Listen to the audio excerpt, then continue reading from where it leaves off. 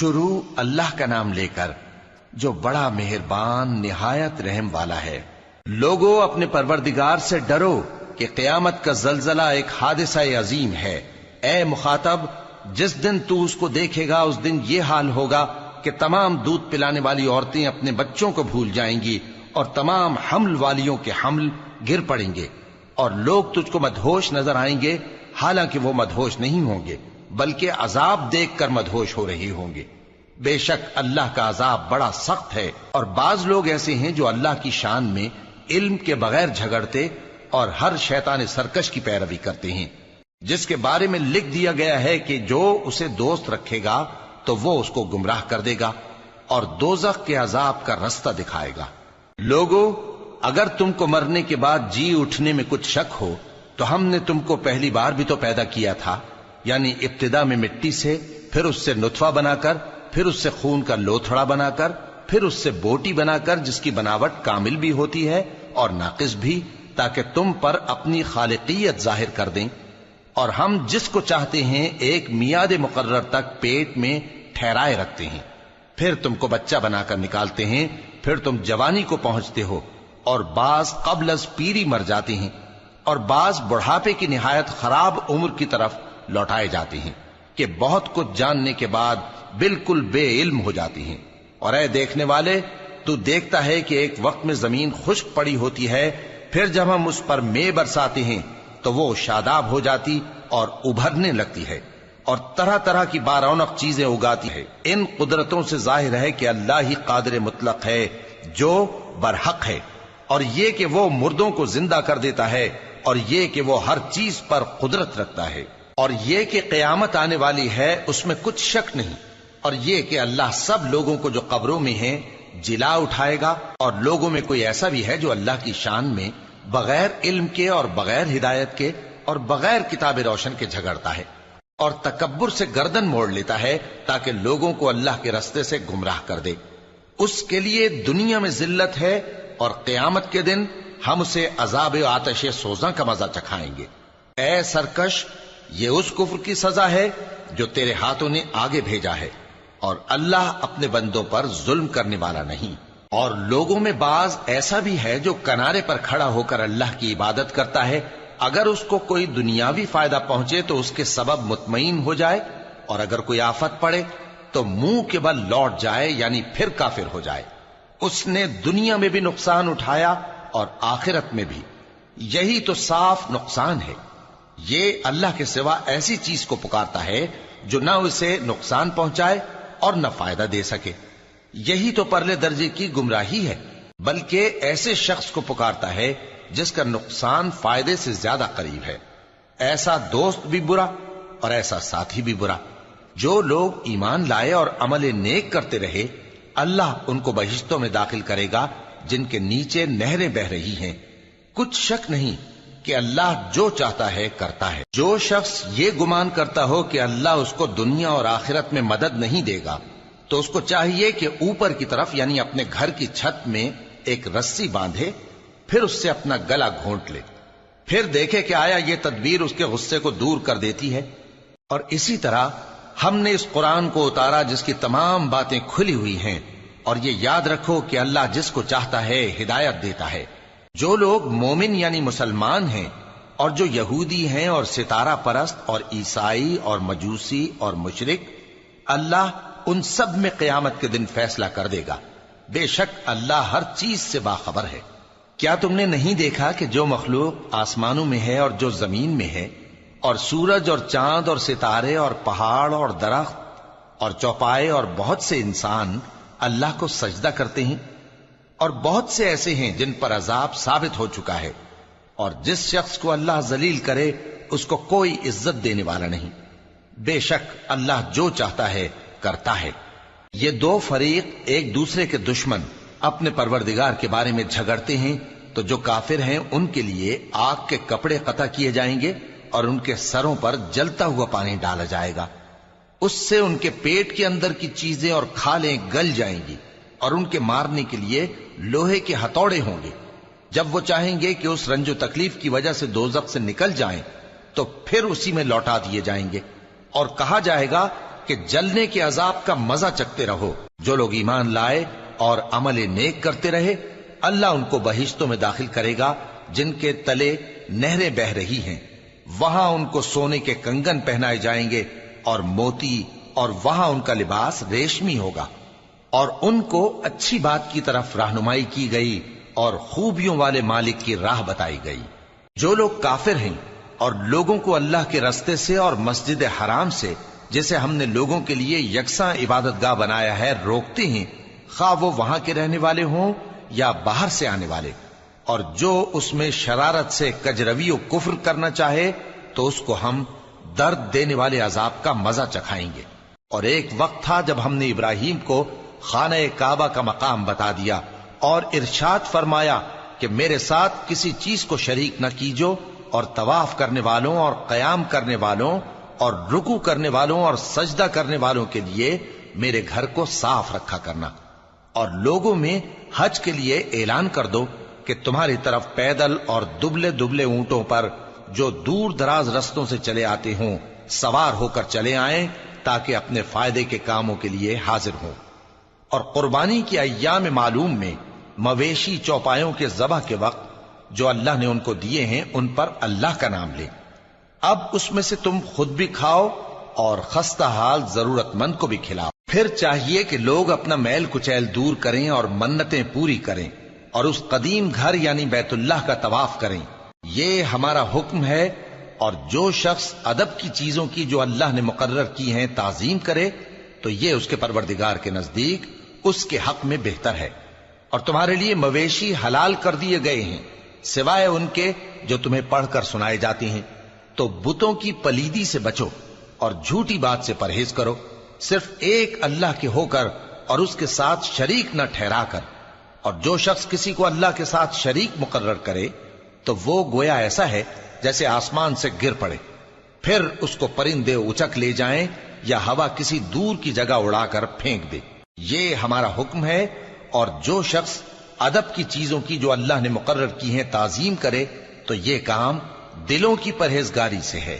ان میں ایک وقت مقرر تک تمہارے لیے فائدے ہیں، پھر ان کو اس قدیم گھر یعنی بیت اللہ تک پہنچنا اور ذبح ہونا ہے۔ اور ہم نے ہر ایک امت کے لیے قربانی کا طریق مقرر کر دیا ہے تاکہ جو مویشی چوپائے اللہ نے ان کو دیے ہیں ان کے ذبح کرنے کے وقت ان پر اللہ کا نام لیں۔ سو تمہارا معبود ایک ہی ہے، تو اسی کے فرما بردار ہو جاؤ اور عاجزی کرنے والوں کو خوشخبری سنا دو۔ یہ وہ لوگ ہیں کہ جب اللہ کا نام لیا جاتا ہے تو ان کے دل ڈر جاتے ہیں، اور جب ان پر مصیبت پڑتی ہے تو صبر کرتے ہیں اور نماز آداب سے پڑھتے ہیں، اور جو مال ہم نے ان کو عطا فرمایا ہے اس میں سے نیک کاموں میں خرچ کرتے ہیں۔ اور قربانی کے اونٹوں کو بھی ہم نے تمہارے لیے اللہ کے شعائر مقرر کیا ہے، ان میں تمہارے لیے فائدے ہیں، تو قربانی کرنے کے وقت قطار باندھ کر ان پر اللہ کا نام لو، پھر جب پہلو کے بل گر پڑیں تو ان میں سے کھاؤ، اور قناعت سے بیٹھ رہنے والوں اور سوال کرنے والوں کو بھی کھلاؤ۔ اس طرح ہم نے ان کو تمہارے زیر فرمان کر دیا ہے تاکہ تم شکر کرو۔ اللہ تک نہ ان کا گوشت پہنچتا ہے اور نہ خون، بلکہ اس تک تمہاری پرہیزگاری پہنچتی ہے۔ اسی طرح اللہ نے ان کو تمہارے زیر فرمان کر دیا ہے تاکہ اس بات کے بدلے کہ اس نے تم کو ہدایت بخشی ہے اسے بزرگی سے یاد کرو۔ اور اے پیغمبر، نیکوکاروں کو خوشخبری سنا دو، اللہ تو مومنوں سے ان کے دشمنوں کو ہٹاتا رہتا ہے۔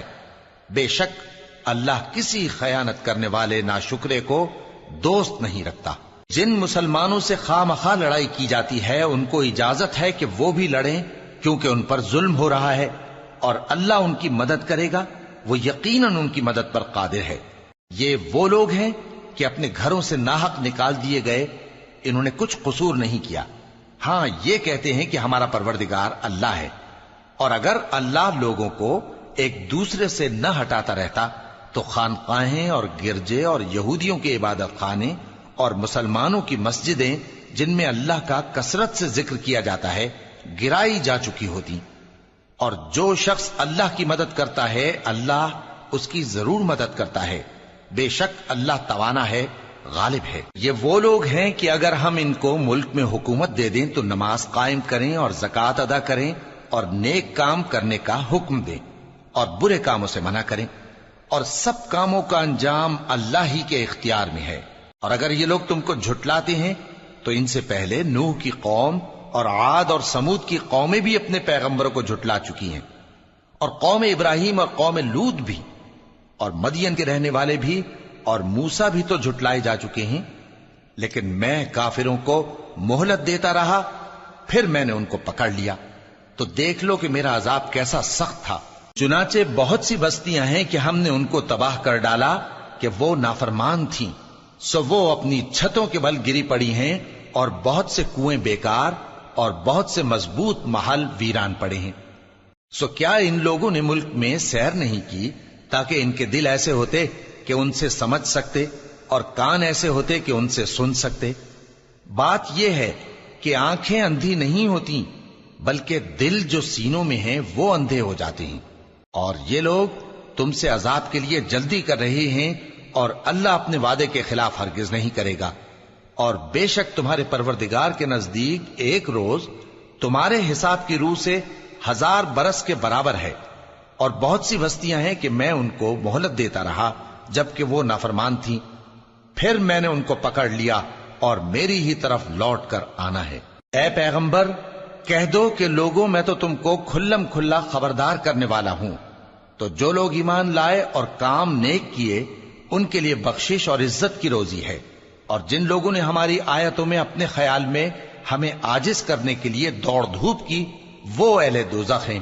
اور ہم نے تم سے پہلے کوئی رسول اور نبی نہیں بھیجا مگر اس کا یہ حال تھا کہ جب وہ کوئی آرزو کرتا تھا تو شیطان اس کی آرزو میں وسوسہ ڈال دیتا تھا، تو جو وسوسہ شیطان ڈالتا ہے اللہ اس کو دور کر دیتا ہے، پھر اللہ اپنی آیتوں کو مضبوط کر دیتا ہے، اور اللہ علم والا ہے، حکمت والا ہے۔ غرض اس سے یہ ہے کہ جو وسوسہ شیطان ڈالتا ہے اس کو ان لوگوں کے لیے جن کے دلوں میں بیماری ہے اور جن کے دل سخت ہیں ذریعہ آزمائش ٹھہرائے۔ بے شک ظالم لوگ مخالفت میں دور جا پڑے۔ اور یہ بھی غرض ہے کہ جن لوگوں کو علم عطا ہوا ہے وہ جان لیں کہ وہ یعنی وحی تمہارے پروردگار کی طرف سے حق ہے، تو وہ اس پر ایمان لائیں اور ان کے دل اللہ کے آگے عاجزی کریں۔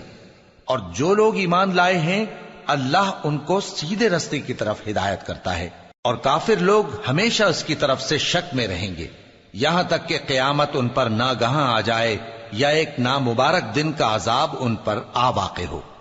اس روز بادشاہی اللہ ہی کی ہوگی اور وہ ان میں فیصلہ کر دے گا، تو جو لوگ ایمان لائے اور عمل نیک کرتے رہے وہ نعمت کے باغوں میں ہوں گے، اور جو کافر ہوئے اور ہماری آیتوں کو جھٹلاتے رہے ان کے لیے ذلیل کرنے والا عذاب ہوگا۔ اور جن لوگوں نے اللہ کی راہ میں ہجرت کی پھر مارے گئے یا مر گئے ان کو اللہ اچھی روزی دے گا، اور بے شک اللہ بہترین رزق دینے والا ہے۔ وہ ان کو ایسے مقام میں داخل کرے گا جسے وہ پسند کریں گے، اور اللہ تو جاننے والا ہے، بردبار ہے۔ یہ بات اللہ کے ہاں ٹھہر چکی ہے، اور جو شخص کسی کو اتنی ہی ایذا دے جتنی ایذا اس کو دی گئی، پھر اس شخص پر زیادتی کی جائے تو اللہ اس کی مدد کرے گا۔ بے شک اللہ معاف کرنے والا ہے، بخشنے والا ہے۔ یہ اس لیے کہ اللہ رات کو دن میں داخل کرتا ہے اور دن کو رات میں داخل کرتا ہے، اور اللہ تو سننے والا ہے، دیکھنے والا ہے۔ یہ اس لیے کہ اللہ ہی برحق ہے، اور جس چیز کو کافر اللہ کے سوا پکارتے ہیں وہ باطل ہے، اور اس لیے کہ اللہ اونچی شان والا ہے، بڑا ہے۔ کیا تم نہیں دیکھتے کہ اللہ آسمان سے مے برساتا ہے تو زمین سرسبز ہو جاتی ہے؟ بے شک اللہ مہربان ہے، خبردار ہے۔ جو کچھ آسمانوں میں ہے اور جو کچھ زمین میں ہے اسی کا ہے، اور بے شک اللہ بے نیاز ہے، قابل ستائش ہے۔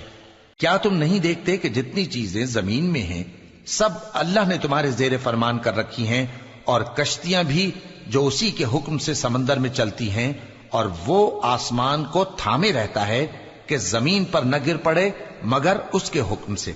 بے شک اللہ لوگوں پر نہایت شفقت کرنے والا مہربان ہے۔ اور وہی تو ہے جس نے تم کو حیات بخشی، پھر تم کو مارتا ہے، پھر تمہیں زندہ بھی کرے گا، اور انسان تو بڑا ناشکرا ہے۔ ہم نے ہر ایک امت کے لیے بندگی کی ایک راہ مقرر کر دی ہے کہ اسی طرح وہ بندگی کرتے ہیں، تو یہ لوگ تم سے اس معاملے میں جھگڑا نہ کریں، اور تم لوگوں کو اپنے پروردگار کی طرف بلاتے رہو، بے شک تم سیدھے رستے پر ہو۔ اور اگر یہ تم سے جھگڑا کریں تو کہہ دو کہ جو عمل تم کرتے ہو اللہ ان سے خوب واقف ہے۔ جن باتوں میں تم اختلاف کرتے ہو اللہ تم میں قیامت کے روز ان کا فیصلہ کر دے گا۔ کیا تم نہیں جانتے کہ جو کچھ آسمان اور زمین میں ہے اللہ اس کو جانتا ہے؟ یہ سب کچھ کتاب میں لکھا ہوا ہے، بے شک یہ سب اللہ کو آسان ہے۔ اور یہ لوگ اللہ کے سوا ایسی چیزوں کی عبادت کرتے ہیں جن کی اس نے کوئی سند نازل نہیں فرمائی، اور نہ ان کے پاس اس کی کوئی دلیل ہے، اور ظالموں کا کوئی بھی مددگار نہیں ہوگا۔ اور جب ان کو ہماری صاف صاف آیتیں پڑھ کر سنائی جاتی ہیں تو ان کی شکل بگڑ جاتی ہے، اور تم ان کے چہروں میں صاف طور پر ناگواری دیکھتے ہو۔ ایسا لگتا ہے کہ جو لوگ ان کو ہماری آیتیں پڑھ کر سناتے ہیں ان پر حملہ کر دیں گے۔ کہہ دو کہ میں تم کو اس سے بھی بری چیز بتاؤں، وہ دوزخ کی آگ ہے جس کا اللہ نے کافروں سے وعدہ کیا ہے، اور وہ برا ٹھکانہ ہے۔ لوگوں، ایک مثال بیان کی جاتی ہے، اسے غور سے سنو کہ جن لوگوں کو تم اللہ کے سوا پکارتے ہو وہ ایک مکھی بھی نہیں بنا سکتے اگرچہ اس کے لیے سب اکٹھے ہو جائیں، اور اگر مکھی ان سے کوئی چیز چھین لے جائے تو اسے اس سے چھڑا نہیں سکتے۔ طالب اور مطلوب یعنی عابد اور معبود دونوں گئے گزرے ہیں۔ ان لوگوں نے اللہ کی قدر جیسی کرنی چاہیے تھی نہیں کی۔ کچھ شک نہیں کہ اللہ زبردست ہے، غالب ہے۔ اللہ فرشتوں میں سے پیغام پہنچانے والے منتخب کر لیتا ہے اور انسانوں میں سے بھی۔ بے شک اللہ سننے والا ہے، دیکھنے والا ہے۔ جو ان کے آگے ہے اور جو ان کے پیچھے ہے وہ اس سے واقف ہے، اور سب کاموں کا رجوع اللہ ہی کی طرف ہے۔ مومنوں، رکوع کرتے اور سجدہ کرتے اور اپنے پروردگار کی عبادت کرتے رہو اور نیک کام کرو تاکہ فلاح پاؤ، اور اللہ کی راہ میں جہاد کرو جیسا جہاد کرنے کا حق ہے۔ اس نے تم کو منتخب کیا ہے اور تم پر دین کی کسی بات میں تنگی نہیں کی، اور تمہارے لیے تمہارے باپ ابراہیم کا دین پسند کیا۔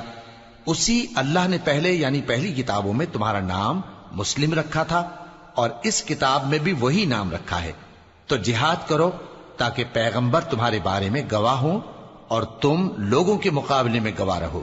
سو مسلمانوں، نماز قائم کرو اور زکوٰۃ دو اور اللہ کے دین کی رسی کو پکڑے رہو، وہی تمہارا دوست ہے۔ سو وہ کیا خوب دوست ہے اور کیا خوب مددگار ہے۔